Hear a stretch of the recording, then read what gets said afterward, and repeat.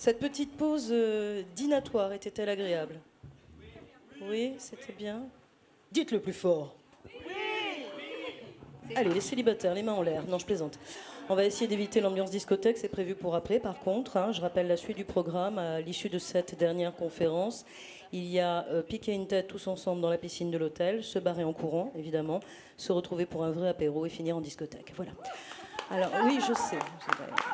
Féliciter l'équipe de Thésis, c'est eux qui ont fait le programme.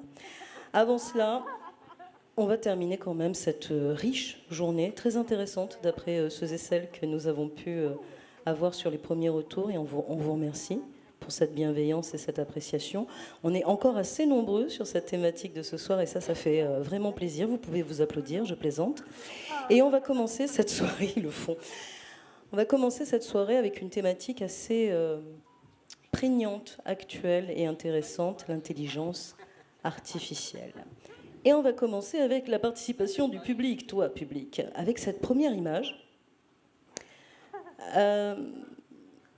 Est-ce que dans le public, quelqu'un parmi vous veut commenter cette image, nous proposer une interprétation de ce que c'est, de ce que cette archive représente? Oui, je suis devant, alors c'est bon, elle n'est pas si grande, ni si large, rien qui se penche.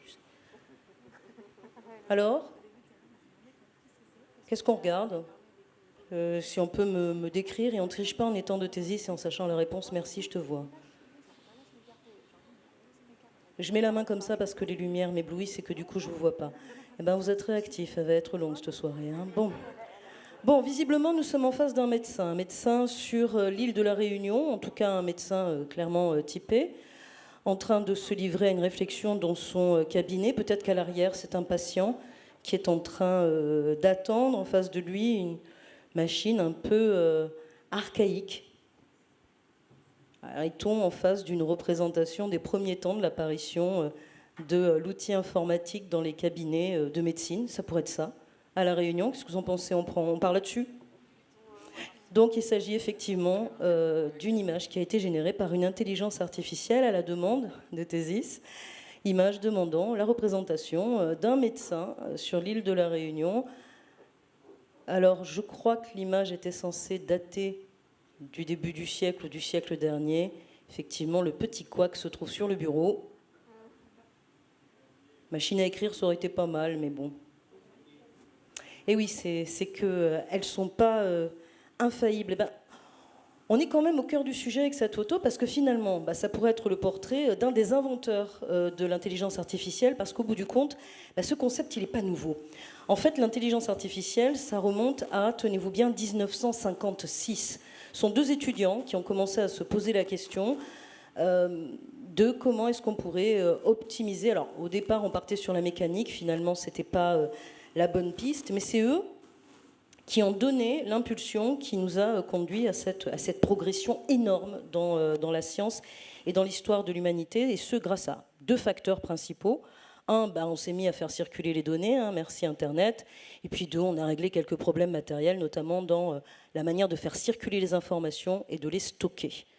Là où, on le disait tout à l'heure avec deux de nos invités, un petit smartphone comme ça qu'on possède tous dans notre poche, il y a 25 ans, 30 ans, 40 ans, 50 ans, c'était une pièce entière de serveur qui faisait avant de réussir à sortir un résultat. Et nous voici, après 2-3 éclipses, avec l'intelligence artificielle qui fait partie de notre quotidien. Est-ce que c'est une révolution, comme le moteur à explosion, qui va tout changer? Est-ce que c'est une évolution contre laquelle nos opinions finalement n'auront pas de poids parce qu'elle se passera de nos avis individuels pour continuer à grandir? Quel est son impact sur notre quotidien et surtout, à quel moment la caution humaine intervient-elle comme régulateur de son évolution? Vaste sujet, question extrêmement bien posée par moi, merci. Je promets que je n'ai pas posé la question à ChatGPT avant de l'écrire. Finalement, l'humain est-il en train de perdre du terrain face à l'intelligence artificielle? On va essayer d'en parler. Et avant cela, on va essayer de mettre les bons termes dans les bonnes cases et de mettre les bonnes définitions au bon endroit avec nos 3 experts que je vous demande d'applaudir. C'est agréable, hein? Non, mais vous pouvez sourire et trouver ça sympa quand même. Hein. C'est pas... Alors avec nous, le docteur Jérôme Alain du CHU. Pour ceux qui ne le savent pas, c'est l'hôpital du Sud, qui va être le premier à intervenir avec vous. On va s'appliquer à définir les termes de la discussion, les domaines de prédilection, enfin bref, à essayer de savoir ce que c'est qu'une intelligence artificielle moderne, et non pas fantasmée ou imaginée ou supposée. Avec nous également Judith Mel du groupe Lumines, n'est-ce pas? C'est cela, j'ai bien dit? C'est quoi, c'est pas Judith? Si, c'est Etikia. Ah bon, voilà, je le saurais, on m'a mal renseigné. Donc là, on va plus parler justement de qu'est-ce qui cadre l'intelligence artificielle. Et avec vous, Maître Garance Mathias, on va se pencher sur la régulation de l'intelligence artificielle qui peut passer par un outil assez sympa dont on dispose, nous autres humains, qu'on appelle la loi, voilà, la réglementation. Vous êtes parés? Oui. À l'issue de ces 3 présentations, vous aurez le droit de poser des questions si elles sont aussi bien formulées que les miennes. Merci. Et on commence avec la présentation du docteur Alain. Je vous donne la zapette magique qui permet de faire avancer les slides. Voilà.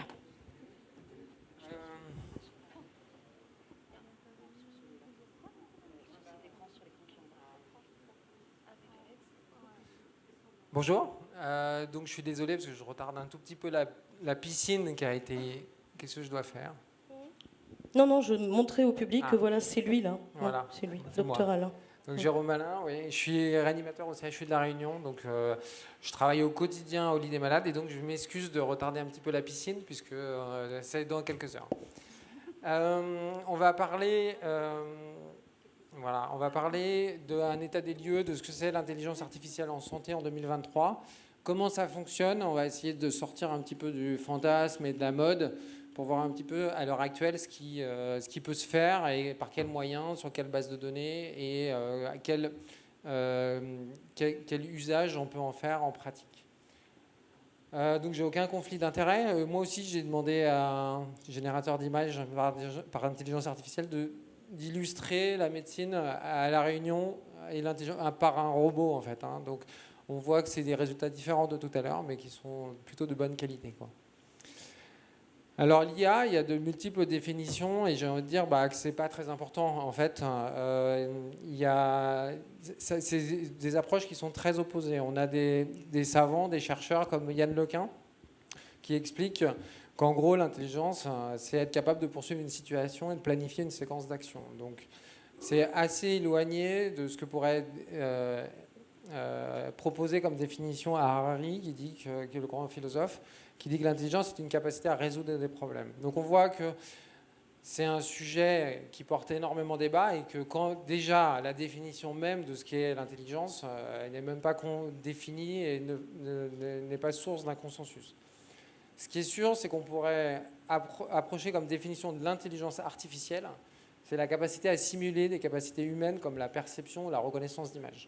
En tant qu'utilisateur et en tant que chercheur sur le sujet, c'est peut-être la définition de l'IA qui est la moins fantasmée et la plus raisonnable, on va dire. Donc l'intelligence artificielle, c'est pas que des algorithmes en fait. Donc au sein de l'intelligence artificielle, et ce dont tout le monde entend parler, c'est ce qu'on appelle les algorithmes d'intelligence artificielle. Je vous ai mis la photo du français Yann Lequin, qui est un très grand chercheur français expatrié aux États-Unis maintenant, qui a eu le prix Turing et qui est la plus grande reconnaissance informatique dans le monde et qui est un leader mondial. C'est lui qui a participé, pas seul, mais qui a participé au développement de tout ce dont on va parler ce soir. Et ça doit être une fierté quand même, je pense, pour la France. Donc au sein de l'intelligence artificielle, vous avez les algorithmes qu'on peut traduire par l'apprentissage machine, qui est ce qu'on appelle le machine learning. Au sein même du machine learning, il y a des choses plus compliquées. Donc on n'a pas forcément besoin, en tant que utilisateur ou en tant que population novice, à comprendre comment ça fonctionne. Mais ce dont on entend parler, je pense que c'est important de le dire, c'est surtout les algorithmes de deep learning et l'IA générative qui est au sein des algorithmes de deep learning. Je vous ai mis sur la droite une figure qui illustre les méthodes de fonctionnement des différents algorithmes de machine learning. Donc ce qu'il faut lire dans cette figure, c'est qu'il y a 3 grandes familles d'algorithmes. Il y a ce qu'on appelle les algorithmes supervisés, les non supervisés et le réinforcement. Les algorithmes supervisés se basent sur des data, sur des données qui ont été labellisées, c'est-à-dire qu'elles ont été interprétées. Par exemple, une banque d'images où les chats ont été étiquetés chats, les lapins, lapins, etc. Ça va permettre aux chercheurs et donc aux utilisateurs plus tard de prédire si l'image qui est présentée à l'algorithme, c'est un chat ou un lapin. Et si on a des données continues, ça va donner, par exemple, la prédiction de la consommation d'électricité le lendemain en fonction de divers paramètres. Donc ça, il faut pour ça avoir des données qui ont déjà été interprétées. La deuxième grande famille, c'est les algorithmes non supervisés, où là, on va avoir une base de données sans aucune interprétation humaine. Et l'algorithme, un des principaux usages, c'est de demander à l'algorithme de créer ce qu'on appelle faire du clustering, c'est-à-dire créer des familles, par exemple si c'est des patients dont on parle, créer des groupes de patients qui se ressemblent le plus possible les uns des autres, avec des groupes les plus différents possibles. Donc c'est ce qu'on appelle le data clustering, et ça permet de regrouper, donc, comme je vous explique, les données dans des groupes pour qu'elles se ressemblent le plus possible, mais dans des groupes qui se distinguent le plus possible.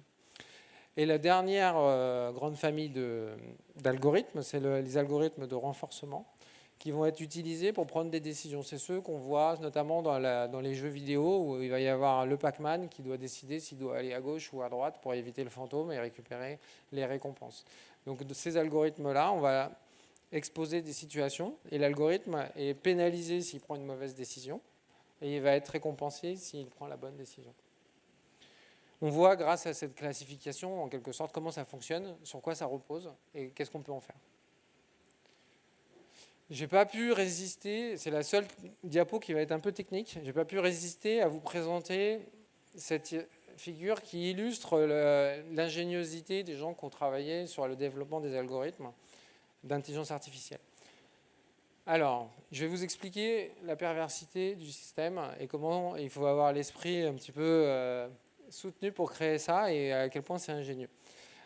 Si mon objectif est de créer des fausses images, donc on sait tous qu'il y a des deepfakes, on peut créer des fausses images, des fausses voix, des faux discours, des fausses musiques, etc. Je vais demander à un générateur, à partir de rien, de créer une fausse image. Et elle va être exposée à un discriminateur qui, lui, va devoir trancher si c'est une image fausse ou si c'est une image réelle tirée d'une base de données qu'on a fournie au discriminateur.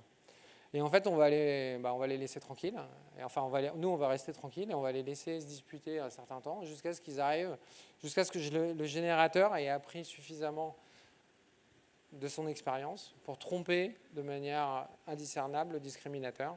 Et on arrive ainsi à créer, si vous voulez, des images qui sont non discernables par le discriminateur. Donc il y a une vraie ingéniosité derrière d'exposer deux modèles d'IA, un qui va générer, l'autre qui va discriminer, pour arriver à un objectif final. Je trouve ça très ingénieux. Alors des applications en dehors de la santé, il y en a d'innombrables que vous utilisez déjà, peut-être sans le savoir. Donc les secteurs qui sont touchés, c'est à peu près tous les secteurs. Donc on peut citer la conduite autonome, où là vous voyez que la caméra qui est à l'avant de la voiture doit reconnaître et faire la différence entre un piéton et une autre voiture, par exemple. On a aussi de la génération d'images, donc par exemple par l'algorithme précédent, mais il y en a d'autres évidemment. Donc ça marche très bien, c'est très cohérent. Et quand on demande d'illustrer un topo sur la robot, j'ai mis un robot, j'ai pas mis intelligence artificielle, mais un robot médical dans le milieu tropical, on a des choses qui sont quand même assez impressionnantes. On peut aussi citer les jeux, je vous ai parlé de reinforcement learning et d'apprentissage par renforcement, où on sait que maintenant, même dans des jeux extrêmement compliqués qu'on pensait réservés à l'humain, on a des performances algorithmiques qui sont équivalentes, voire supérieures. En santé, il y a un avènement qui est monstrueux, évidemment. C'est un secteur extrêmement porteur en termes d'argent et avec des enjeux qui sont très importants en termes humains. Donc, il y a un avènement qui est monstrueux. Là, je vous ai mis la recherche scientifique depuis 2005 jusqu'à 2024, où les chercheurs ont mis comme mot-clé dans leur moteur de recherche du machine learning. Et on voit que c'est une croissance qui est exponentielle et qui ne risque pas de s'arrêter tout de suite, en tout cas. Ce que je vous propose, c'est, dans le thème de la santé, de vous présenter quelques applications. On en est à plusieurs dizaines de milliers de publications, donc je ne peux pas les lire toutes et vous les présenter toutes, et puis ça serait sans intérêt et de toute façon ennuyeux. Donc je vous ai proposé, dans certains domaines clés, de vous présenter quelques études pour vous faire la démonstration de ce qui est pour l'instant démontré en termes de recherche scientifique de plus haut niveau. Alors il y a l'imagerie, il y a de la prise de décision médicale. Il y a, par exemple, d'autres domaines que la prédiction d'imagerie. Il y a la prédiction de résultats biologiques. Et je vais vous parler par la suite de tâches qui on pensait être réservées vraiment à l'humain, puisqu'il y a un caractère des sentiments, etc. Donc on va discuter un petit peu de ces applications-là. En termes d'imagerie médicale, je vous ai illustré le propos par cette étude qui a porté sur une intelligence artificielle pour lire des images de fond d'œil recueillies par les ophtalmologistes et qui doivent détecter l'atteinte du diabète sur la rétine. Donc c'est ce qu'on appelle l'analyse des fonds d'œil. Cette IA qui a été entraînée, qui est parue dans un énorme journal mondial, avait fait beaucoup de bruit, ça date de plusieurs années déjà. Et on voit que les performances, cette figure sur la droite illustre la performance de l'algorithme en noir. Plus il se rapproche de l'angle supérieur gauche, plus le modèle est sensible et spécifique. C'est-à-dire, il va être capable de détecter à bon escient les maladies, et surtout, il ne va pas reconnaître des fausses maladies qui n'existent pas. Les points de couleur sont les humains qui ont été comparés à l'algorithme. Donc on voit qu'il ne fait pas moins bien, voire même mieux que certains humains. C'est important parce qu'on oublie souvent de dire que l'humain en fait, a des compétences variables. En fait, hein. Donc, quand on compare un modèle d'IA à l'humain, il faut aussi voir de quel humain on parle. Hein, parce que là, on illustre bien le fait qu'il y a des humains plus ou moins compétents pour cette tâche au sens littéral. Ça, c'est une étude que nous avons menée, parce que outre le fait que je sois réanimateur, je fais de la recherche clinique au CHU et dans le domaine de l'intelligence artificielle appliquée en médecine. Donc je ne suis pas chercheur en IA, mais je suis plutôt chercheur médical, où on essaye d'appliquer des solutions d'IA à des problèmes du quotidien, en fait. Ce sont des radios que je vous ai présentées. Donc ça, c'est notre étude qui a été parue. Ce sont des radios, quand on place un patient sous assistance respiratoire, on lui met un tuyau dans la trachée. Et le problème, c'est que cette trachée, elle se divise à un certain endroit. Donc si le tuyau est poussé trop loin, l'air qu'on va délivrer au patient va aller que dans un poumon et pas dans l'autre. Donc ça pose un très gros problème. Donc systématiquement, quand on intube un patient, on doit contrôler la bonne position de la sonde d'intubation par rapport à la carène. La carène, c'est la division de la trachée. Donc c'est une tâche qui est extrêmement répétitive, qui ne nécessite absolument pas d'être médecin Bac plus 10 pour le faire. Hein. Mais bon, c'est notre ressort et ça nous prend du temps. Et cet examen a la particularité d'être extrêmement souvent normal. Donc c'est une tâche qui facilement peut être oubliée ou négligée par le médecin dans son caractère humain, parce qu'il suffit qu'il soit sollicité au même moment et il risque d'oublier. Et donc, nous, on a développé un algorithme d'intelligence artificielle tout simple qui permet de détecter la division de la trachée en bronche et de détecter l'extrémité de la sonde d'intubation et de calculer cette distance, ce qui fait qu'on a une automatisation de cette tâche qui est habituellement du ressort médical. Il n'y a pas d'application clinique pour l'instant, mais c'est une démonstration scientifique. En termes de prédiction, je vous ai parlé de prédiction sur des images, on peut faire d'autres types de prédictions. Ça, c'est une étude aussi qu'on a menée au CHU de La Réunion, qui a pour but de prédire la mortalité après une intervention de chirurgie cardiaque programmée. Donc, quand on a en général des problèmes coronariens, il est possible qu'on nous propose une intervention chirurgicale de pontage. Malheureusement, il y a des patients qui meurent, c'est une intervention lourde.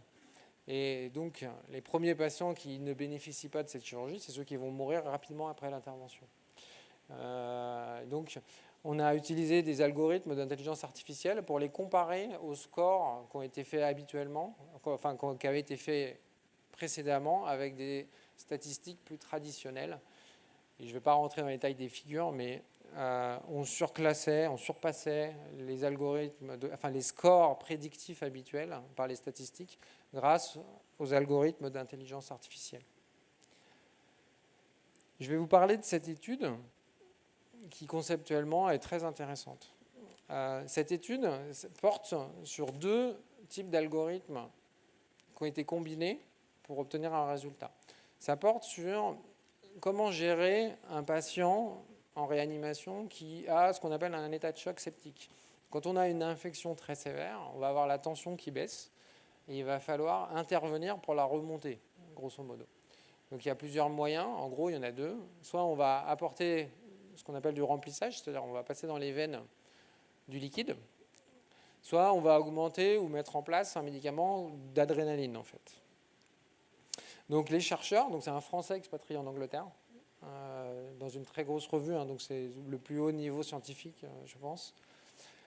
Ils ont pris une base de données américaine et ils ont, dans cette maladie-là, défini, grâce à un algorithme non supervisé, ils ont défini 750 états intermédiaires.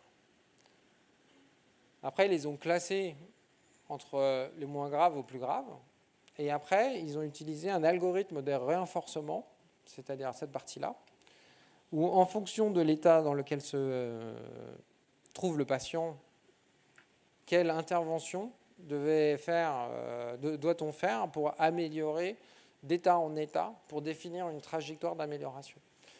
Donc, ce qui est notable ici, c'est que l'algorithme d'intelligence artificielle est capable, là où l'humain, je dirais, le médecin moyen réanimateur pourrait définir 5 états ou 10 états, l'algorithme il est capable d'en définir 750. Donc 750 états intermédiaires où les patients sont homogènes à l'intérieur et c'est des états qui sont plutôt très distincts les uns des autres.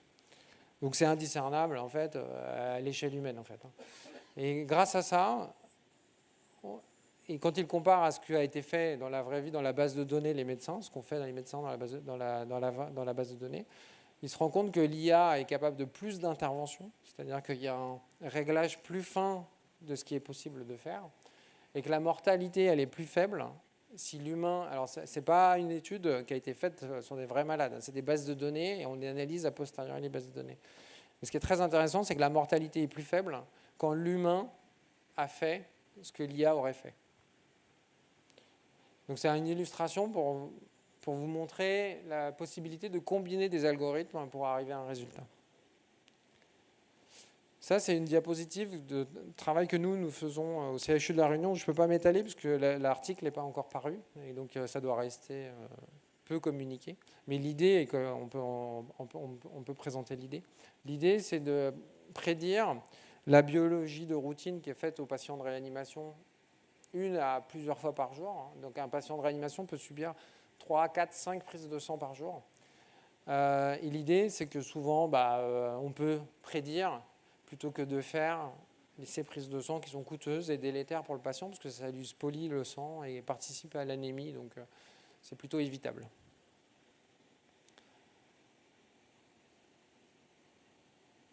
Ah, je suis bloqué. Ouais, c'est bloqué là.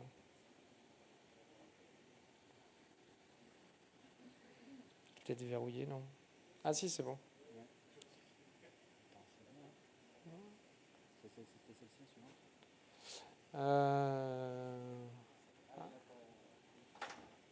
Désolé. Il ne faut pas appuyer là-dessus.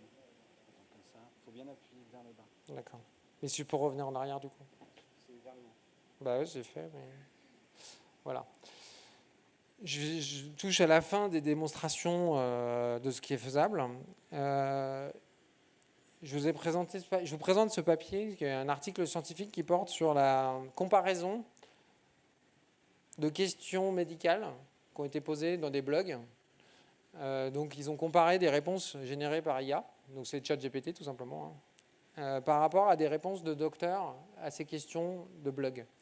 Une fois que les questions ont été rédigées, enfin les réponses ont été rédigées, les réponses à ces questions ont été rédigées, on a exposé à des médecins les réponses notamment de l'IA pour voir s'il y avait des bêtises, quoi, des âneries. Et deuxièmement, on a exposé les réponses aux utilisateurs des blogs qui avaient posé les questions. Et là, on est tombé sur un résultat qui est très surprenant. Donc il y a des limites, hein. Donc je vais vous en dire 2 mots, mais ce qu'on voit, c'est que les réponses générées par les IA, elles ne sont pas jugées moins bonnes, elles sont plutôt jugées meilleures. Et voire même quand on regarde l'empathie, donc la capacité à ressentir l'émotion de la personne d'en face, elle est meilleure en fait. Donc en tout cas, elle n'est pas moins bonne. Donc quand un utilisateur de blog pose une question, s'il reçoit une réponse par une IA, elle n'est pas moins bonne que par un docteur. Et même sur sa capacité à l'empathie, elle n'est pas moins bonne. Alors il y a des discussions, ça a généré beaucoup de questions, notamment beaucoup de critiques, hein, notamment parce que les réponses de l'IA étaient plus longues. Et donc peut-être que les utilisateurs confondent l'empathie avec la longueur de la réponse. Le fait est, c'est qu'il n'y a pas d'insatisfaction des utilisateurs et que on peut dire que si le docteur avait plus de temps pour rédiger un texte plus long, ça aurait fait pareil. C'est possible, mais en tout cas, l'étude ne montre pas ça. Elle montre que c'est acceptable sur le plan scientifique, peut-être pas éthique, mais scientifique. Je ne vous ai pas présenté de résultats, parce que je pense que c'est une évidence. Je ne vous ai pas présenté de preuves, pardon. Mais tout ce qui est tâches administratives, donc il ne faut pas éluder le fait que les médecins, en fait, ils ont une part de leur activité. Je n'ai pas trouvé de données là-dessus, mais il y a une part non négligeable du temps passé, du temps médical pour des tâches qui ne sont pas médicales. Donc il y a déjà des applications dans ce domaine-là pour générer des comptes rendus par IA, générer des courriers pour le médecin traitant, pour des spécialistes par IA. La tenue des dossiers médicaux, on sait que moi quand je fais une entrée dans mon service, ça peut prendre 30 minutes à 40 minutes pour rédiger le dossier d'observation. C'est des choses qui vont disparaître, qui ne sont pas de l'ordre médical pur, qui sont plutôt des tâches administratives.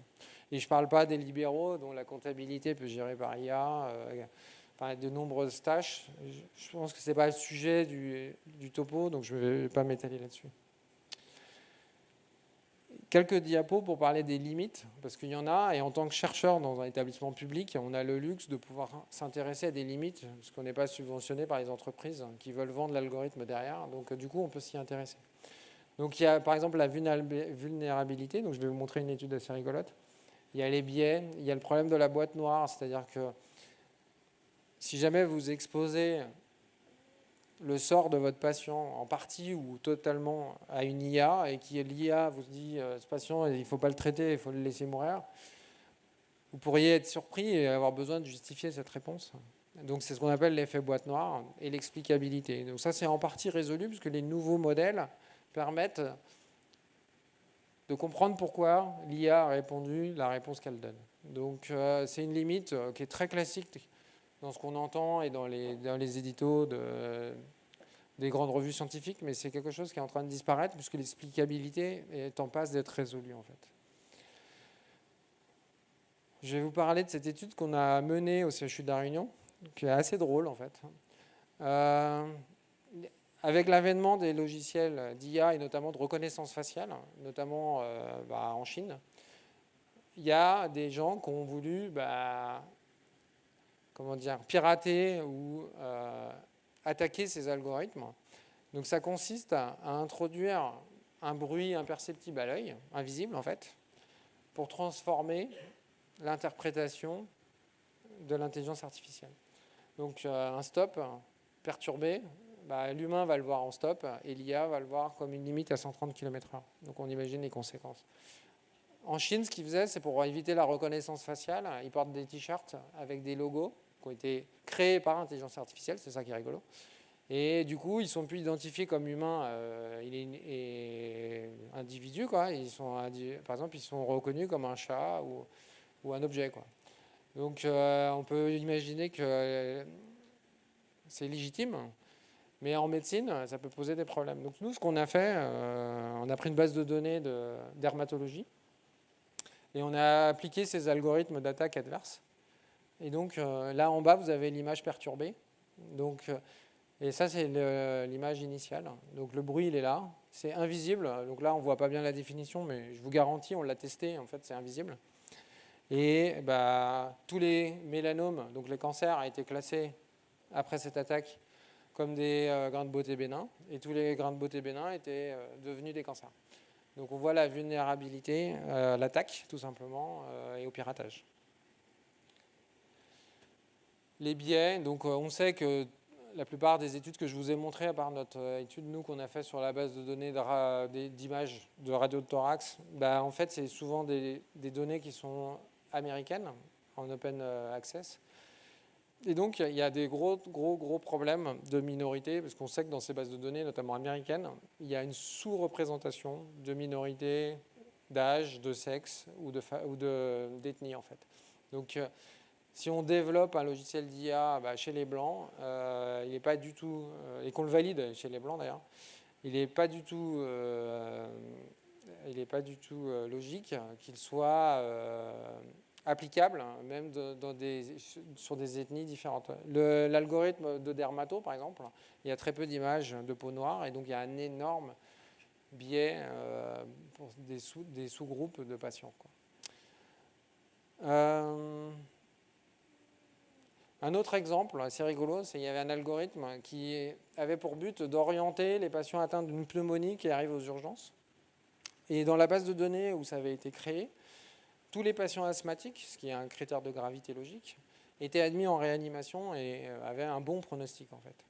Donc l'IA a appris que l'asthme, à contresens, était un facteur protecteur d'évolution et renvoyait à domicile tous les asthmatiques atteints d'une pneumonie au lieu de les hospitaliser.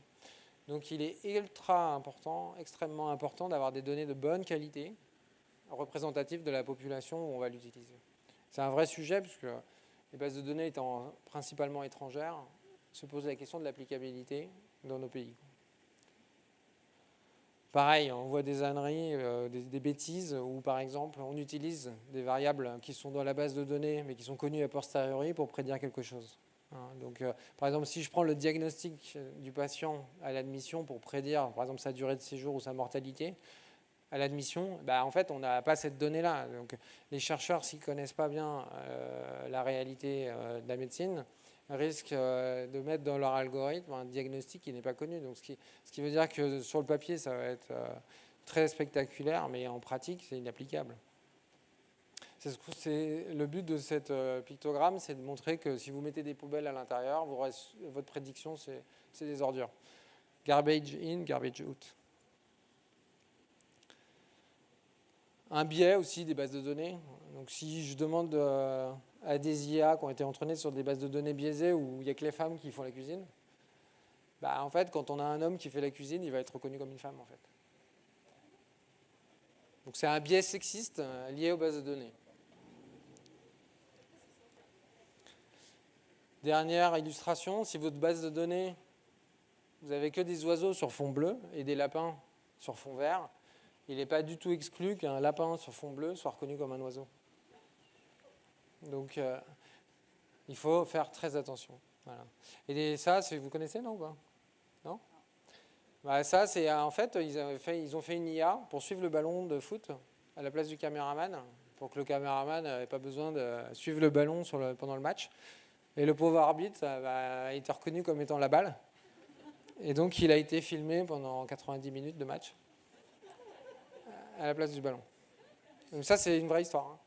Ça, c'est une image d'illustration que j'ai fait moi, mais ça, c'est une vraie image.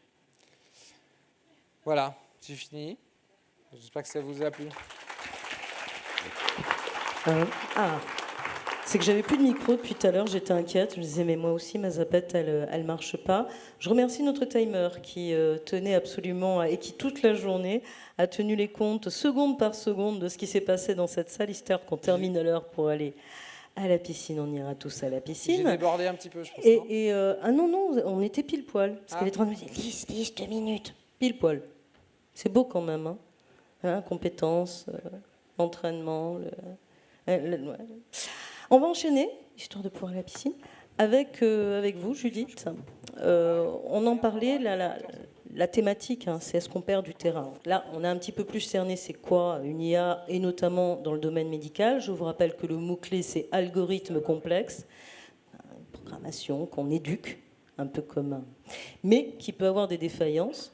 On l'a entendu, hein, je suis asthmatique, donc je peux rentrer à la maison, je ne mourrai pas de la pneumonie, tout va bien. La caution humaine, on peut aussi la définir et la cadrer par ce qu'on est capable de modéliser nous en tant qu'humains et de mettre en place pour cadrer en fait cette utilisation. Et c'est de ça qu'on va essayer de parler avec vous, Judith.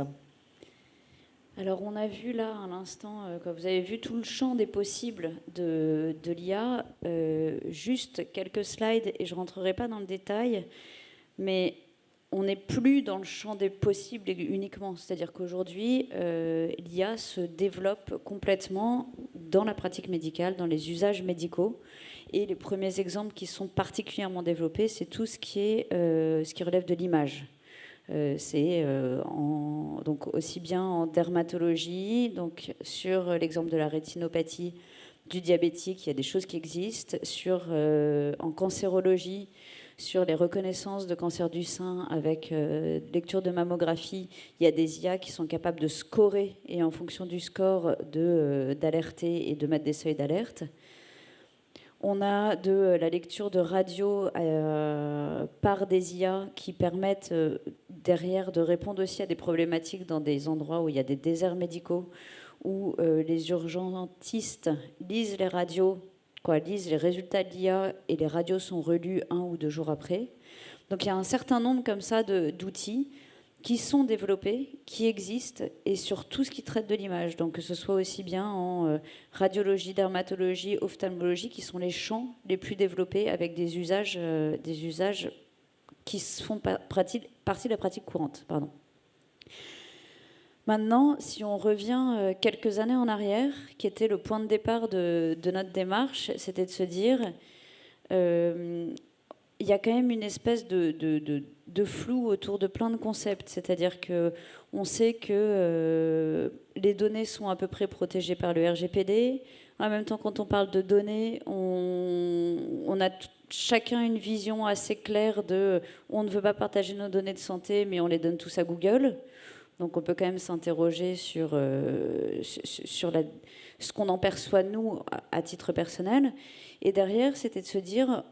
Comment on fait pour, avec un cadre qui est particulièrement protecteur comme le RGPD, pour avoir derrière un cadre qui permette le développement de l'innovation en santé, le développement de l'intelligence artificielle en santé, sachant que les données sont encapsulées par le RGPD et qu'aujourd'hui, on peut encore considérer que la responsabilité est encadrée aussi par la loi, et on le verra tout à l'heure, ce sera aussi repris dans l'AI Act. Donc, fort de ça, le sujet qu'on a voulu porter, c'est se dire, au stade où on en est des IA, et on espère quand même pour quelques années, l'humain doit avoir un regard critique et un regard expert sur les résultats de l'intelligence artificielle. Et c'est ce qu'on a appelé la garantie humaine, c'est comment on supervise les IA. Donc on ne supervise pas la boîte noire, on n'est pas là pour savoir, il y a des sujets de propriété industrielle, on est bien incapable de comprendre de toute manière. Moi, si on me dit, alors voilà l'IA qui a servi à diagnostiquer telle pathologie, personnellement, j'y comprendrais pas grand-chose et ça ne m'aiderait pas à savoir si le résultat de l'IA a un impact et est intéressant. Donc l'idée, c'est de se dire dans ce sujet de garantie humaine, c'est qu'est-ce qu'on a en amont, qu'est-ce qu'on a en aval. Donc est-ce qu'il y a des biais au niveau des données? Et s'il y en a, comment on est capable de les corriger? Et en aval, est-ce que moi, ophtalmo, je suis en adéquation avec le résultat qui a été donné par l'IA? Donc le sujet de la garantie humaine est rentré dans la loi de bioéthique en 2021 et est rentré dans le règlement européen en 2023 qui sera applicable en 2025, probablement 2026. En parallèle, il y a un certain nombre d'instances qui ont pris en main le sujet, notamment la FDA, qui est l'autorité qui délivre les autorisations de mise sur le marché des médicaments aux US, et les dispositifs médicaux qui obligent, pour un remboursement, dès qu'il y a une IA, qu'il y ait une supervision humaine qui soit mise, et l'OMS qui avait aussi endossé le sujet. Ah, à chaque fois, je pars à l'envers. Et donc, alors, si on revient, pardon, 2 secondes sur... Ah, j'ai tout cassé. Donc, juste si on en revient sur la garantie humaine... Il faut bien que tu cliques en haut pour revenir en arrière. Ah, merci. Sur la garantie humaine dans la directive européenne. Donc, ce que la directive européenne a identifié un certain nombre de catégories d'IA, et notamment des IA à haut risque. Et c'est sur les IA à haut risque qu'il faut appliquer cette garantie humaine. Cette garantie humaine, elle doit intervenir à 2 niveaux, puisqu'elle est présente à la fois dans l'article 14, qui relève du concepteur. Donc, le concepteur d'une IA doit mettre en place une supervision humaine sur son système. Et à l'article 29, qui est là, est l'utilisateur. Donc l'utilisateur doit vérifier qu'il y a une supervision humaine qui a bien été mise en place. Donc derrière, concrètement, si je vous donne un exemple à l'échelle d'un concepteur d'IA, nous, on nous a demandé, une start-up qui développe en fait un dispositif qui embarque une IA, qui est dans un smartphone pour prendre en photo la bouche de personnes. La photo est rehaussée en panoramique dentaire. Et ensuite, il y a des recommandations qui sont émises par l'IA de aller voir un dentiste, risque de carie, risque de déchaussement, problème de prothèse, et ainsi de suite. Donc ce dispositif a été déployé dans les EHPAD par l'Union française de santé bucco-dentaire. Et la question que nous a posée l'UFSBD, c'est de se dire, OK, nous on a ce dispositif, on le met entre les mains de personnel soignant. Comment on peut avoir la garantie que ce dispositif est éthiquement responsable? Donc on a fait un audit de la solution, ce qui a permis de regarder un peu comment ça fonctionnait, quelles étaient les données qui avaient été mises en amont justement du dispositif. Et au regard de ça, on a recommandé de faire 2 collèges de garantie humaine. Donc ce sont des réunions 2 fois par an où des experts de la solution, donc des dentistes, se réunissent pour étudier exactement dans les mêmes conditions que l'IA les résultats de l'IA. Donc on a un résultat d'IA, un dentiste qui étudie le même dossier. Et donc on a en fait 3 cas de figure. Le premier cas de figure, c'est que l'IA et les dentistes sont d'accord. Bon, ça, c'est facile. Deuxième cas de figure, l'IA et les 2 dentistes ne sont pas d'accord. Donc là, on identifie quel pourrait être le problème. Et souvent, c'était un problème au niveau des données où, du coup, l'IA n'avait pas identifié qu'il y avait un protocole de soins qui avait été mis en place chez ce patient-là et qu'en fait, telle image crée un biais sur la compréhension, et ça rejoint exactement ce que tu disais, sur l'analyse et la compréhension de l'IA. Donc là, boucle de rétroaction au niveau de l'IA. C'est pas nous qui touchons, c'est le concepteur. Donc il garde la propriété sur son algorithme, mais il fait des boucles de rétroaction qui sont vérifiées derrière. Et troisième solution, on a l'IA qui dit quelque chose, un dentiste qui dit la même chose que l'IA et l'autre dentiste qui n'est pas d'accord. Ce qui arrive assez souvent. Et là, en fait, on se rend compte que dans cette situation-là, en tout cas, le dentiste est facilement plus prudent que l'IA. Il n'a pas le patient en face de lui, donc il explique qu'il ne connaît pas son âge, ses conditions de santé générale, qu'il ne le connaît pas tout court. Et donc il a tendance à aller vers l'extrême précaution et se dire, bon bah, finalement, on va peut-être l'orienter chez un dentiste tout de suite, comme ça on verra.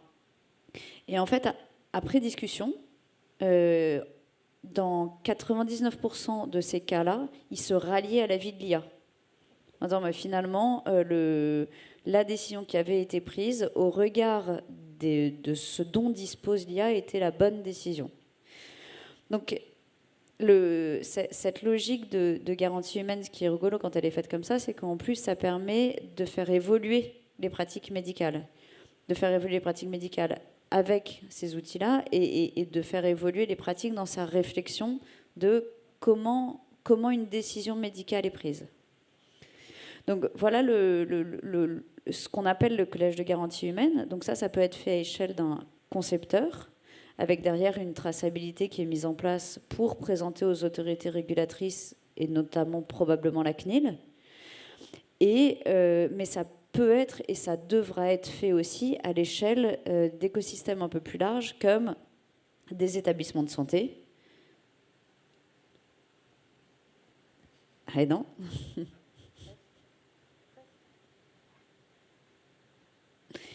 Alors, ça peut être fait au niveau des établissements de santé ou d'écosystèmes type Unicancer qui décident de se positionner comme tiers de confiance.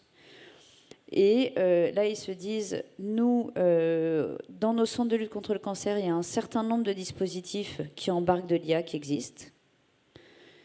Comment nous, Unicancer, on peut être garant que ces dispositifs sont éthiquement responsables. Et donc là, derrière, ils font un audit, ils nous demandent de faire un audit de l'intégralité des solutions qui existent. Et eux vont dire, nous, on va labelliser et estampiller comme une bibliothèque de solutions, telle et telle solution. Dans le dépistage du cancer du sein, vous avez le choix entre ces 3 dispositifs. Dans le dépistage du cancer colorectal, c'est tel et tel dispositif.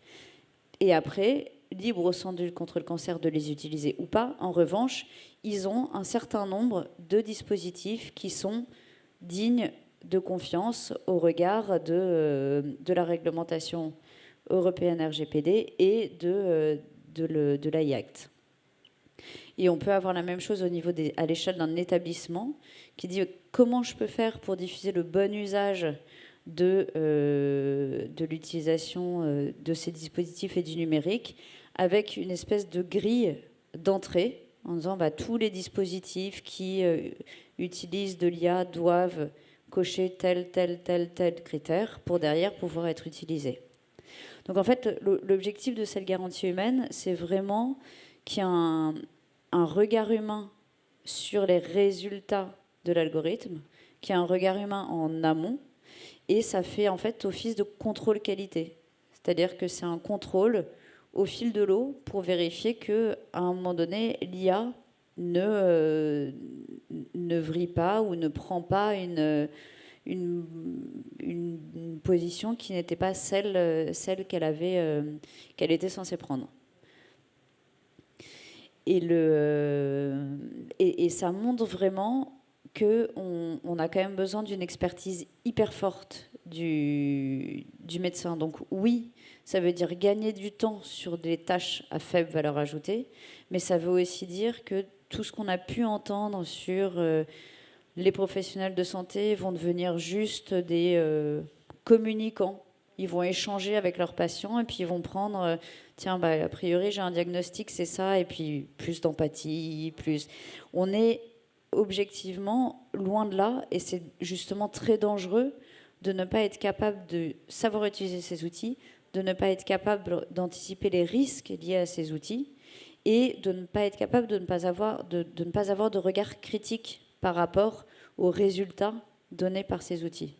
Et c'est vraiment l'objet de cette garantie humaine qui pourrait être mise avec un degré, et ça n'est pas spécifié dans la directive européenne, quel degré il faut mettre sur quel dispositif. Il faut en mettre une, et après, libre à chacun, en fonction du niveau de confiance qu'il veut mettre aussi dans ces dispositifs, de mettre cette garantie humaine et cette supervision humaine. Donc on a besoin de conserver l'expertise forte et l'expertise des médecins notamment. Moi je retiens surtout deux termes là, dans cette intervention. Le mot outil me semble essentiel pour bien comprendre ce point de vue. Et donc il s'agit bien là non pas d'une substitution, mais bien d'un complément d'action avec un besoin très fort d'encadrement Donc c'est bien, la bonne nouvelle, je résume, hein, nous n'allons pas être remplacés par des intelligences artificielles, non, même pas toi qui as fait 15 ans de médecine avec spécialité, non. Il faudrait juste rajouter 2 ans pour apprendre à utiliser l'IA. Dernière intervention avant qu'on puisse échanger avec la salle, ça va, vous êtes toujours là? Oh, super, quelle grosse ambiance, je suis désolée, maître Mathias. Donc, on l'a évoqué là, dans cette présentation précédente, dans ce domaine, l'Europe, alors je ne sais pas si on peut dire a pris les devants, en tout cas a commencé à prendre des décisions, à mettre du cadre, hein, avec des règles harmonisées, consensuelles, qui devraient s'appliquer. On va essayer de mettre du contexte là-dessus. Oui, beaucoup d'ambition là ce soir.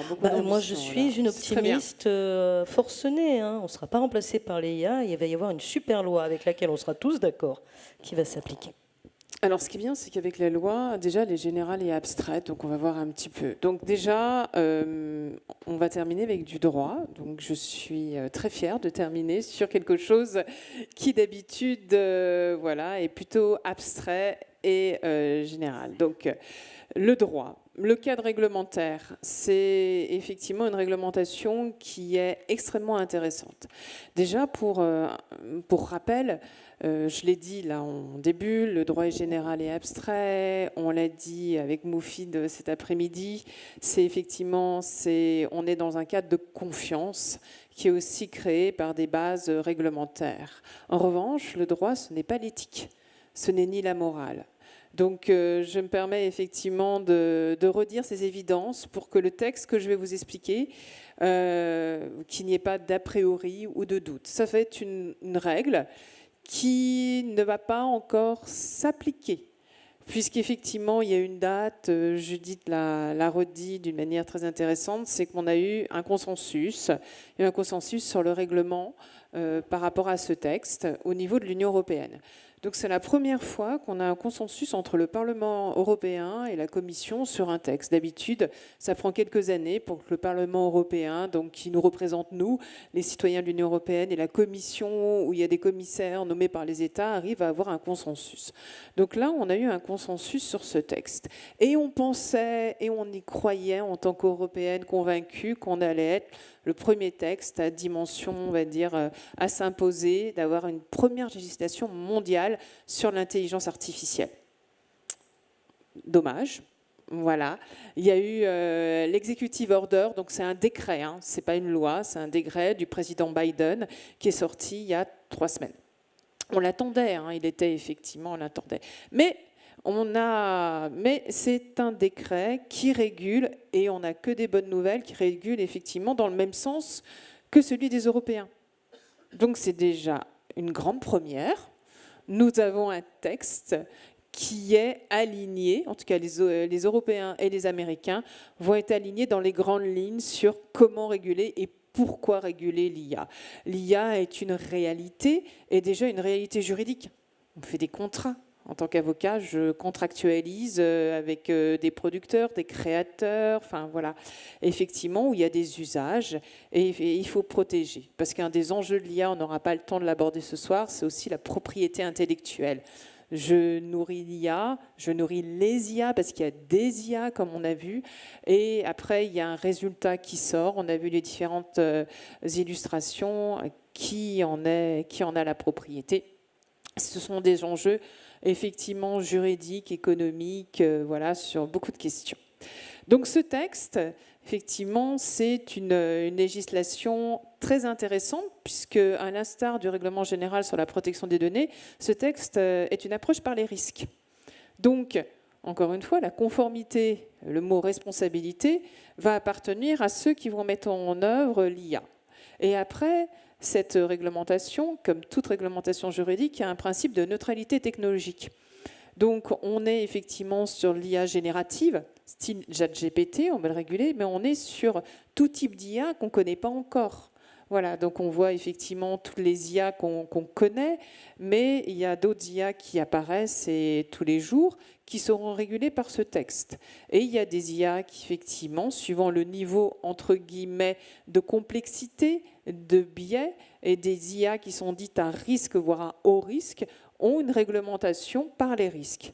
C'est-à-dire, cette réglementation par les risques, c'est-à-dire quand on va être classé dans une IA dite à haut risque, il va y avoir effectivement des règles à poser uniquement à ce seul type d'IA haut risque qui sont définies, où il y a des biais, où il y a des risques effectivement avérés par rapport à leur usage. Donc, effectivement, on va faire une approche par le risque, par des analyses de risque, par effectivement une documentation, par effectivement des contrôles par des comités éthiques, par des comités où effectivement l'homme et nous, on ne sera pas remplacés, hein, personne ne va être remplacé, mais va être le garant. Et donc il y a toutes ces grandes règles, qui sont des règles effectivement extrêmement importantes, qui vont devoir être mises en place en amont. Donc le principe de documentation, ce principe de gouvernance, y compris par des tiers de confiance, est au cœur de cette réglementation. Cette réglementation qui devrait être adoptée dans quelques temps. Donc, contrôle humain. Donc, on l'a dit, on l'a redit, c'est au cœur du texte. Très important de voir comment va se faire effectivement ce contrôle humain. Documentation technique, très importante, des systèmes de gestion risque, renforcer les droits. Une logique par les risques, notamment par la classification de l'IA. Et de toute façon, toutes les IA, qu'elles soient effectivement génératives ou non, voilà, il y aura une approche par les risques, soit avec un contrôle avant, ex ante, soit a posteriori, donc post-mise sur marché, avec effectivement, et là, si on enfreint ces règles, il y aura des sanctions avec des pourcentages sur le chiffre d'affaires. Autre texte très intéressant, et je vais aller assez vite, très intéressant, dont on parle peut-être un peu moins, c'est une directive sur la responsabilité, puisque l'enjeu, c'est qui est responsable s'il y a un dommage par une IA, facile à dire. Donc, il y a un cadre avec effectivement une proposition qu'on appelle sur la réparation du dommage, protéger les victimes, donc voilà, avec une présomption de causalité. Donc, on a un renversement de la charge de la preuve, qui est quelque chose effectivement très, très intéressant aussi. Pourquoi ? Parce qu'on revient sur des mots-clés de la journée. Favoriser l'innovation, favoriser la confiance, encore une fois, dans ces IA, avec un contrôle. Et bien sûr, prévenir les dommages avec des engagements de responsabilité. Donc certainement des types d'assurance et des nouvelles garanties d'assurance qui vont se créer par rapport à ce texte et par rapport à ces usages de l'IA et des IA. Voilà, donc les derniers états de discussion, pour vous dire, ce texte, il va certainement être adopté d'ici quelques semaines. Et il y a effectivement des intelligences, des IA interdites et d'autres qui sont régulées. Mais ça, on va dire, c'était dans l'ordre des choses par rapport à un texte juridique. Voilà, donc c'est notre quotidien, y compris d'un point de vue juridique. Je vous remercie. On remercie Maître Mathias qui gagne le concours de la présentation la plus courte ce soir. Félicitations. Je vous en prie. Bien, j'espère que c'était clair à peu près pour tout le monde. De toute façon, ça va être le moment de continuer à éclaircir un petit peu les choses puisque la parole va venir vers vous avec les questions, les réponses, éventuellement les débats qu'on va pouvoir entamer avec nos experts invités, qu'encore une fois je remercie. Alors, y a-t-il parmi vous quelqu'un ou quelqu'une qui veut ouvrir le bal? Le micro lui sera tendu. Je veux bien un peu de lumière dans la salle, s'il vous plaît. Alors, juste en attendant une question pendant qu'elle se prépare, pour conclure par rapport à ta présentation, et l'executive order de Joe Biden, ces derniers mois, il y a eu quand même pas mal de bruit de fond en disant ça y est, l'Europe s'est encore emparée d'un sujet, il surrégule. On va se retrouver avec un blocage de l'innovation comme d'habitude. Donc certes, il nous est un peu passé devant. En revanche, la bonne nouvelle, c'est que l'Europe ne surrégule pas. On va dans le même sens et on est tous dans cette logique de on régule. Et en ça, c'est intéressant d'avoir un positionnement parallèle qui avance quasiment en même temps. C'est que la réflexion et le curseur où avait été mis justement la position de l'Europe par rapport à ce sujet, et du coup probablement le bon au regard de nos sociétés démocratique telle qu'on a envie d'utiliser et les données et la responsabilité des personnes. Une unanimité de vision dans la rédaction d'un texte, enfin là en l'occurrence il s'agit d'un décret, hein, encore une fois, c'est pas vraiment une loi, c'est un décret. Une unanimité américano-européenne ou européno-américaine, finalement c'est ça la vraie innovation dans cette histoire, la vraie bonne nouvelle. C'est pas le fait qu'il y ait un décret ou qu'il y ait un règlement. Ce qui est très important pour, effectivement, pour reprendre ce que disait Judith, c'est que pour la première fois, alors qu'on est sur des systèmes juridiques et des cultures juridiques qui sont extrêmement différentes, il y a une volonté de réguler dans le même sens. C'est-à-dire qu'on régule, on ne bride pas l'innovation. Il y a des sanctions dans les deux cas, effectivement, qui sont importantes. Il y a des autorités indépendantes. Donc en France, c'est certainement la CNIL. Aux États-Unis, il y a d'autres autorités qui vont se mettre en place par rapport au secteur d'activité qui sont très présentes. Donc cette volonté d'encourager en laissant le contrôle à l'humain et de ne pas brider et de ne pas avoir des textes très séparés qui s'opposent, on va dire que c'est une très belle chose. Ouais, c'est une bonne nouvelle, on est d'accord. Surtout que c'est indispensable parce que, je ne sais pas si on m'entend, mais pour que l'IA se développe partout pareil, il faut que ce soit la même réglementation. Sinon, on assisterait à un développement d'un côté, pas de l'autre, avec des applications un peu sauvages qui seraient inadaptées sur des bases de données uniquement étrangères. Enfin, on n'y est pas tout à fait avec la Chine et l'Inde, mais c'est un autre sujet. Et puis sur d'autres sujets qui n'étaient pas innovation et technicité, mais plus économiques ou commerciaux, ça c'est quand même déjà vu. On avait des normes qui étaient contraires. Donc ça c'est déjà vu. C'est pas logique, mais ça a déjà existé. La salle, sur ces précisions. Ah, je suis un peu déçue parce que je sais que pendant la pause déjeunatoire, certains d'entre vous sont venus avec des questions et des idées. Ah, Prums. Non, Prums. Ah, Prums. Non, Prums. D'accord, moi j'avais en fait plus qu'une question, en fait c'est une réflexion, parce qu'en fait, mais ça va peut-être engager vos réponses, enfin des remarques de votre part. En fait, l'intelligence Act en fait va arriver bientôt, mais en fait on est déjà dedans. Enfin, je veux dire, au quotidien, aujourd'hui, dans les hôpitaux, on est déjà dedans. C'est-à-dire qu'on a déjà des outils qui sont intégrés dans le dispositif de soins, qui viennent par exemple,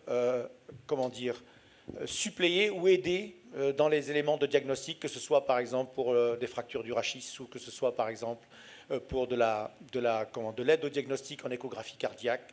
Je suis moi-même avec mon équipe, par exemple, on a travaillé sur ces sujets-là, par exemple, avec des idées d'implémentation déjà en place. Hein. C'est-à-dire que, en fait, ma question, enfin ma remarque, c'est pour dire qu'aujourd'hui, on est très directement confronté à ces situations, c'est-à-dire qu'on a des finalités de traitement dans lesquelles on a de l'intelligence artificielle qui intervient dans le processus de traitement.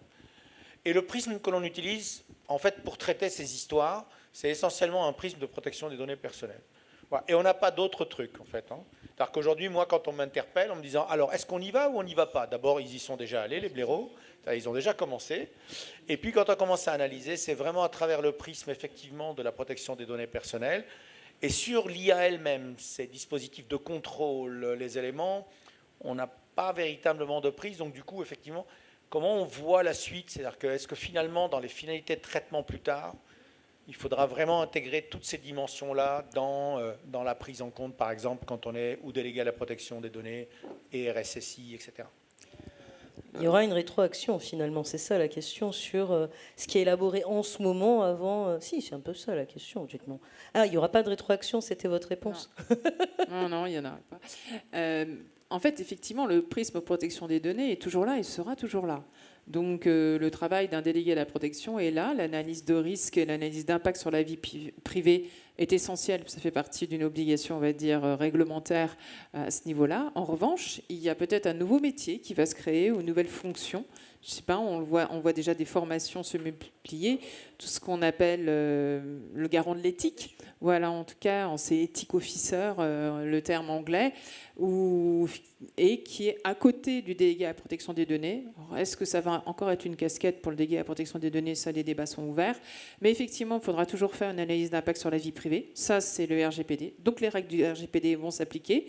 Mais ça, c'est la logique d'un texte, plus une documentation qui sera complémentaire. Je ne suis pas en train de refaire la roue, puisqu'il y a déjà on va dire déjà des fiches de registre de traitement, il y aura déjà une documentation technique, organisationnelle, mais on va dire par exemple les analyses de risque vont se compléter avec quelques questions en plus, l'AIPD va se compléter avec quelques questions en plus, voilà, liées à ces textes. Mais encore faut-il, on va vivre avec, hein. Même s'il y a adoption, on sait que l'entrée en application va être décalée. Voilà, ça va être la même logique de mise en conformité que le RGPD. Et si l'autorité, on va dire, de surveillance, de supervision est la CNIL, tout va se rejoindre. Mais là, on va dire, on ne peut que s'en douter pour l'instant. Donc la réponse est bien, reprenez vos protocoles de recherche au début et recommencez. Non, je plaisante, bien sûr.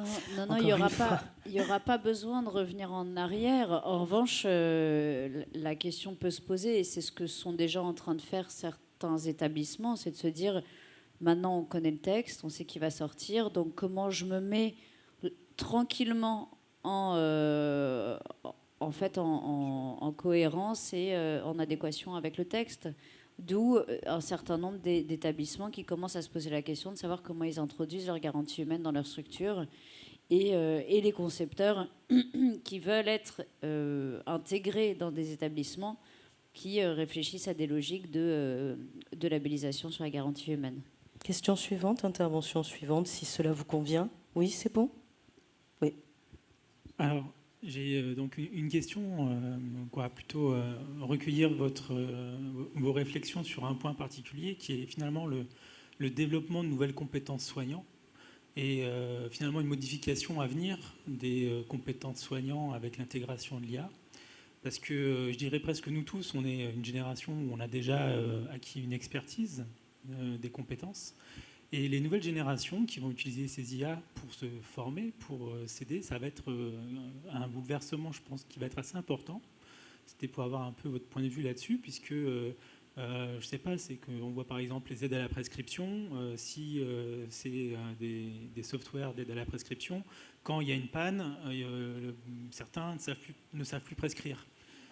Si on a des aides à la décision basées sur l'IA, on peut dire peut-être que demain vous voulez de l'expertise et du contrôle de l'homme sur ces IA, mais nos futurs soignants, je ne sais pas s'ils en seront, on va dire, ils auront un niveau d'expertise suffisant dans leur construction pour justement être capables d'avoir un regard un peu critique et de contrôle sur ces IA, avec lesquels ils seront construits différemment de nous. Ouais, c'est presque une dimension philosophique à cette question. Alors, est-ce que je peux m'en sortir sans Waze ? Alors, on a un micro inactif, celui du docteur Alain. Et là, c'est mieux, ouais. Oui, c'est mieux. Oui, on a déjà entendu cette question, cette remarque. Et il y a plusieurs choses dans votre question. Pour ce qui est des pertes des tâches ou des compétences humaines par habitude de déléguer, moi, j'y crois pas du tout. Je pense qu'on va continuer à apprendre le métier et après, on aura une béquille technologique pour nous aider. Je ne crois pas que l'avènement de la calculatrice empêche les enfants de connaître les tables de multiplication. Je pense que quand on en est au niveau d'apprendre les tables de multiplication, on n'utilise pas la calculatrice. Et après, une fois qu'on sait, on peut, pour gagner du temps, être plus efficace, déléguer à la calculatrice ce qu'on faisait à la main. Oui, alors peut-être que les écoliers connaissent moins bien les tables de multiplication maintenant. Je pense qu'en grosso modo, ils continuent à les connaître et s'ils doivent les utiliser plus, ça ne me fait pas peur. Moi, j'ai pas peur qu'il y ait ce glissement de tâches et cette perte de compétences. Il y a un autre argument, je pense qu'il y a quand même des régions du monde qui sont un peu loin de nous, mais auxquelles il faut penser, où il n'y a pas de docteur en fait, où il n'y a pas ces compétences-là. Donc, est-ce qu'on ne doit pas voir déjà qu'eux pourront améliorer certaines tâches qu'ils n'ont pas. Donc, prédire la biologie plutôt que de la faire, ça coûte beaucoup moins cher. Surtout où les plateaux techniques ils ne sont pas. Donc, cet aspect-là, moi, ne me fait pas peur du tout. Mais je me trompe peut-être, il y a des avis divergents. Mais... C'est une réponse à laquelle vous voulez apporter un commentaire ou Ça vous convient? Oui, vous pouvez. Hein. Il y a encore le micro. Hein. Il est encore allumé. Il y a des piles dedans. Non, en fait, c'est la vraie question. C'est aujourd'hui, par exemple, le niveau mathématique des jeunes est bien moins bon qu'avant sur les opérations de base. L'écriture avec l'utilisation des claviers, c'est pareil. Donc la construction cognitive des jeunes est différente de ce qu'on a pu vivre. Et c'est dû aux outils. Donc maintenant, c'est une vraie question, je pense, qu'on aura à explorer en termes de développement des futures compétences soignants. Mais c'est vrai que c'est une question qui est récurrente, mais depuis longtemps, hein, sur la dépendance à la technique et à la technologie. Comme je disais en boutade, est-ce que je peux encore me repérer sans mon Waze? Bon, c'est peut-être effectivement une attention particulière qu'il faudra porter dans l'accompagnement de la formation des soignants, des scientifiques. Et est-ce qu'une caissière sait compter sans sa caisse automatique? On ne sait pas, finalement. Hein, on ne sait pas. Nouvelle intervention après, de ce côté-ci. juste- Vous levez la main si vous voulez parler, hein, s'il vous plaît. Oui, pardon. Juste pour rajouter quelque chose, c'est que, quelles que soient nos craintes, de toute manière, aujourd'hui, on y est. Donc la question, c'est comment on fait pour que ces outils, quels qu'ils soient, hein, d'aide au diagnostic, accompagnement des fonctions support, aide au dépistage, comment on fait pour que ces outils soient utilisés, s'intègrent le mieux à la pratique, en conservant une expertise forte, en libérant du temps qui aura moins de valeur ajoutée pour faire d'autres tâches, puisque du temps médical on en manque, donc ça là-dessus il n'y aura pas de sujet, et en maintenant une expertise forte avec des enjeux de formation, alors de formation de l'expertise pour les médecins, et de formation derrière sur notamment les métiers support et de back-office, pour dire, bon, typiquement, le compte-rendu médical que vous tapiez, maintenant il est tapé, donc tu vas gagner du temps sur autre chose, et comment on accompagne les gens dans cette transformation. Et l'enjeu, il est pas tant de se poser la question de ce qu'on va devenir, c'est là. Ne l'acceptons pas de manière aveugle, mais en revanche, conservons ce regard critique et accompagnons les usages et accompagnons la prise en main de ces différents dispositifs, quels qu'ils soient. Merci Judith. Nouvelle intervention. Moi, je voudrais faire pour aller dans ce sens-là, ou essayer de d'apporter des éléments de réponse à cette question. Il y a une chose qu'on ne souligne pas assez, c'est que l'intelligence artificielle arrive aujourd'hui. Alors certes, il y a, une espèce de pulsion comme ça, scientifique, qui s'est étalée dans le temps avec une mise à disposition d'outils, une élévation algorithmique et tout. Par contre, il ne faut jamais perdre de vue une chose, je trouve qu'on ne le met pas assez en avant, c'est l'explosion des connaissances. C'est-à-dire que, encore une fois, on n'est plus du tout à l'époque d'il y a 50 ans. Alors moi, je vais prendre François Dubé, que certains d'entre vous connaissent, qui est sociologue effectivement et qui s'occupe de l'école. Quand on entend François Dubé, qui est dans un conseil d'administration avec moi d'ailleurs par ailleurs, il nous dit, et ça va faire sauter plein de gens ici, le niveau moyen des élèves d'aujourd'hui est supérieur, très largement supérieur, à celui des gens dans les années 50. Et on dit, mais non, c'est pas possible, aujourd'hui ils sont tous nuls, etc., etc. Les capacités moyennes des élèves n'ont pas baissé, elles ont plutôt même augmenté. L'intelligence de nos enfants, d'ailleurs, ils nous le montrent bien, est supérieure en moyenne à ce que nous, on a pu connaître à notre propre époque. Après, il faut peut-être avoir... Mais ça ne suffit pas. C'est-à-dire que nous ne sommes pas des machines.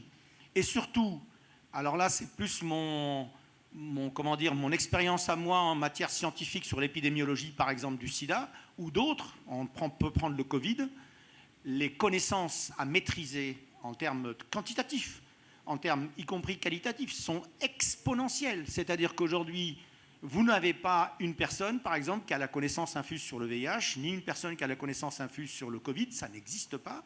On est spécialiste du médicament machin, de la protéine je ne sais pas quoi. Le niveau de précision qui nous est demandé exige la gestion de masse de connaissances. Alors, sauf si vous êtes un mentat du livre Dune, vous ne les avez pas intégrés. Donc, ce n'est pas possible. Donc, on a besoin d'assistance.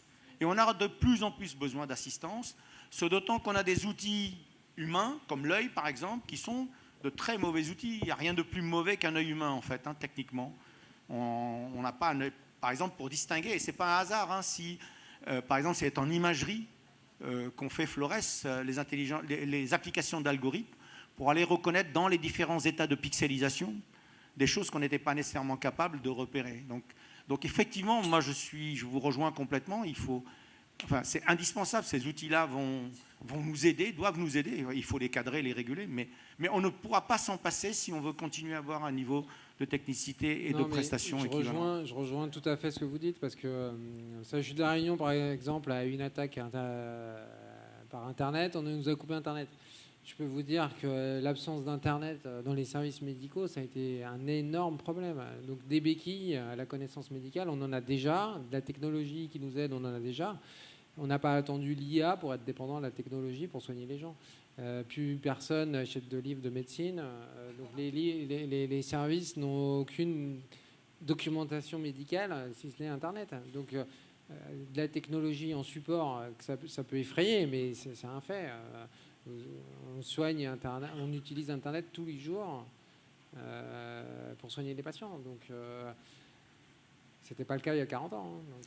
Donc quand mon médecin va sur Doctissimo pour me diagnostiquer, dois-je m'inquiéter? Alors si c'est Doctissimo, la réponse est oui, clairement. Il doit normalement consulter les meilleures sources de documentation.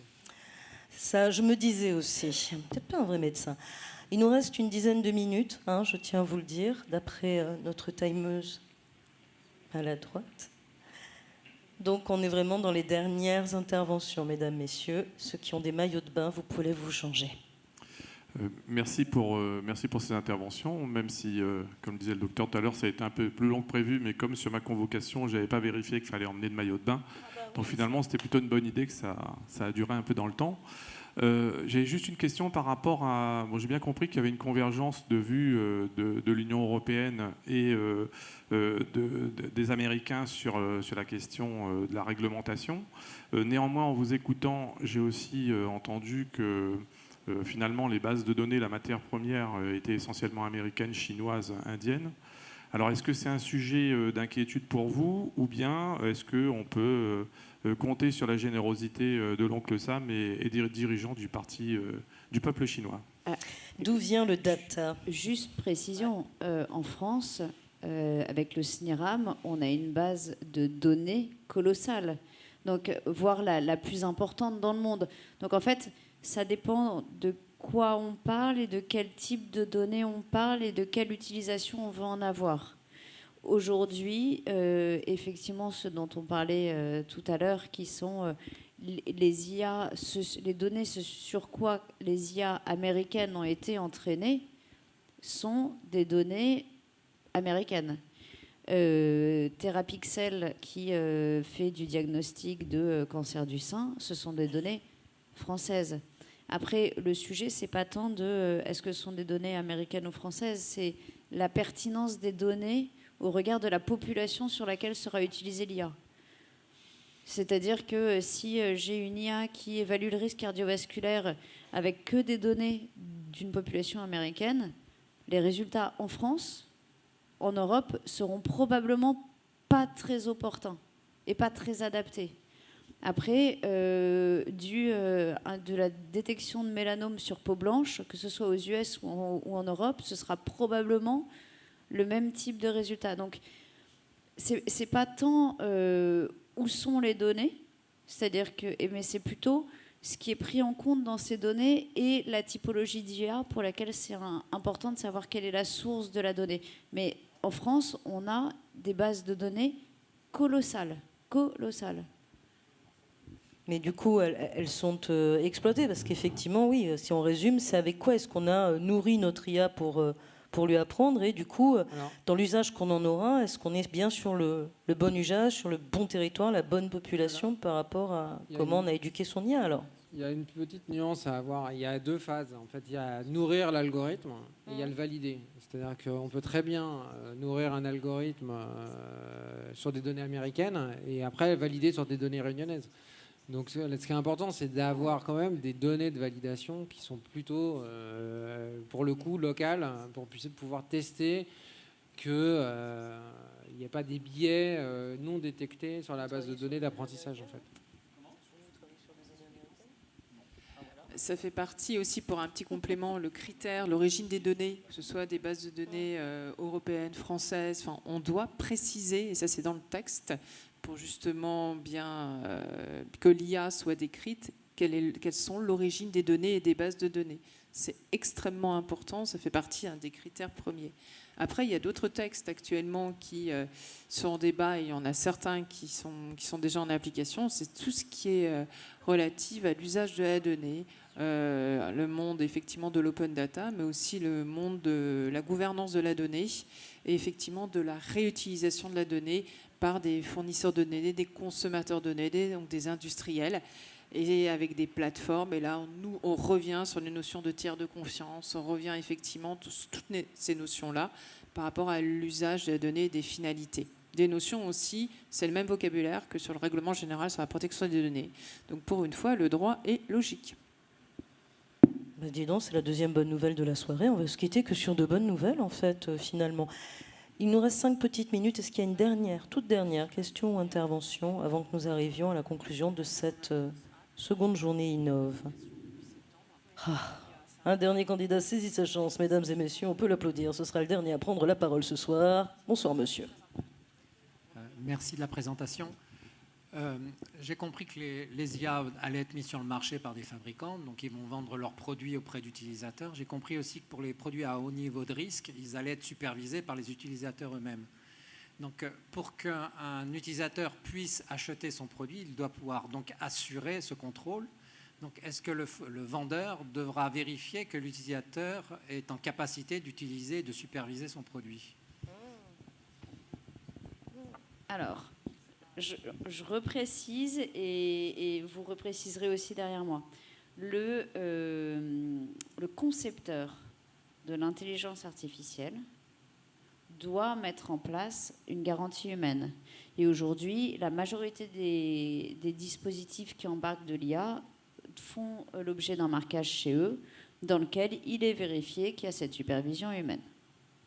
Donc ça, c'est le point de vue du producteur de l'IA. L'utilisateur de l'IA, ça va être à échelle d'un établissement de santé, par exemple. C'est pas moi, médecin, est-ce que j'ai vérifié tout ce qu'il y avait dans cette IA? C'est le dispositif qu'on m'a mis à disposition a mis en place cette supervision humaine. Mais c'est pas vous, utilisateur final, qui sera en charge de cette supervision humaine. Sauf si à un moment donné, vous considérez qu'il y a une faille, et là, à ce moment-là, évidemment, ça fait partie de la pratique classique de le faire remonter. Ça apporte réponse à cette question? Tenez, le micro encore là. Oui, merci de la précision. Je pense plus logique que ça soit comme ça, ce qui veut dire que quand on pourra avoir des défauts, comme on parle de dispositifs médicaux, donc on sera dans le cadre de la matériovigilance, par exemple. Ouais. Ça va être effectivement la même logique que vous venez de décrire. Le règlement européen encadre toute cette gouvernance qu'on va retrouver dans des contrats.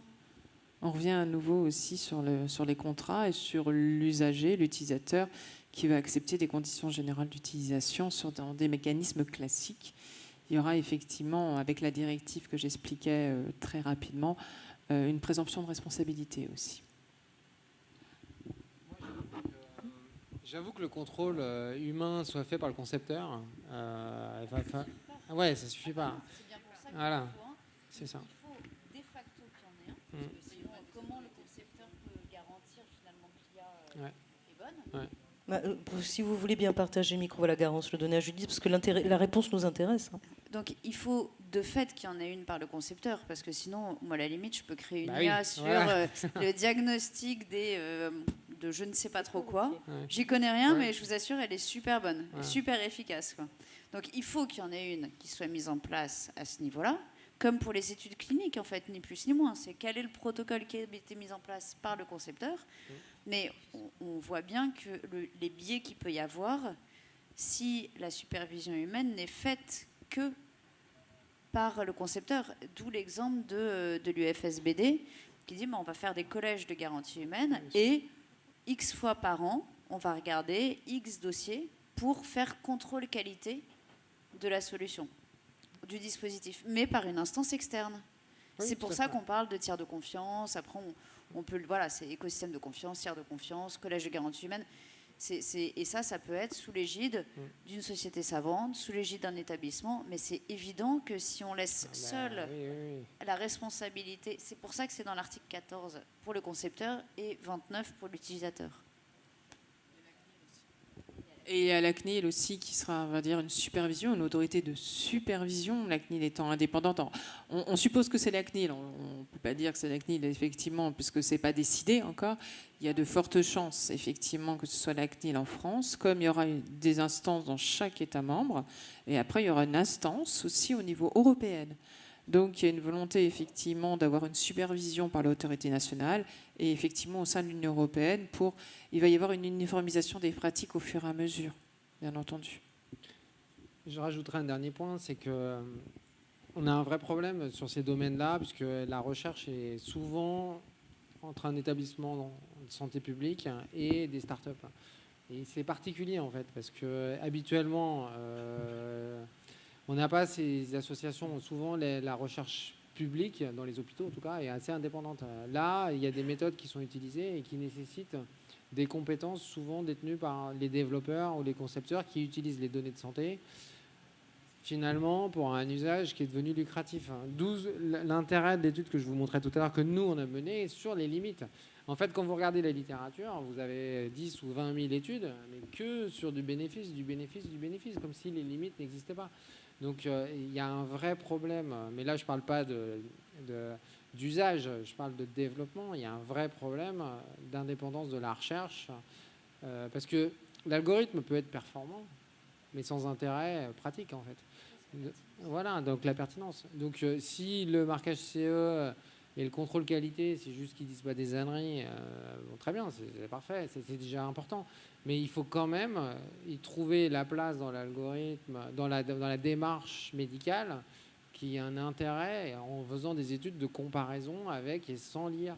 Et ça, moi, je trouve que c'est très délicat. Toutes les applications, on va dire, un peu célèbres en France, c'est des startups qui se sont associées avec des CHU. Et c'est les startups qui font le développement. Donc on a une vraie perte par rapport aux autres domaines de recherche publique, moi qui m'effraie un petit peu quand même. Là, encore plus largement, on est sur un vieux sujet, hein, effectivement, et puis peut-être un peu sur un rêve. Investir et développer des produits sans but immédiatement lucratif, mais d'abord pour le bénéfice de ceux qui l'utiliseront. Ce serait bien, hein, ce serait bien. Le mot de la fin, mesdames et messieurs, c'est Antoine qui va le donner. Merci Lise. Merci Garance, merci Judith, merci Jérôme. Merci à vous. Merci à vous. J'espère que vous avez pris du plaisir lors de cette journée dense et riche avec nous. Je voulais faire un remerciement tout spécial à Elsa et Alice qui peuvent se matérialiser là-bas. Merci Elsa, merci Alice. Ça fait de nombreux mois que vous préparez cet événement. Franchement, c'est bravo, merci. Je voulais remercier mon équipe avec laquelle je kiffe chaque jour. Vous êtes formidables.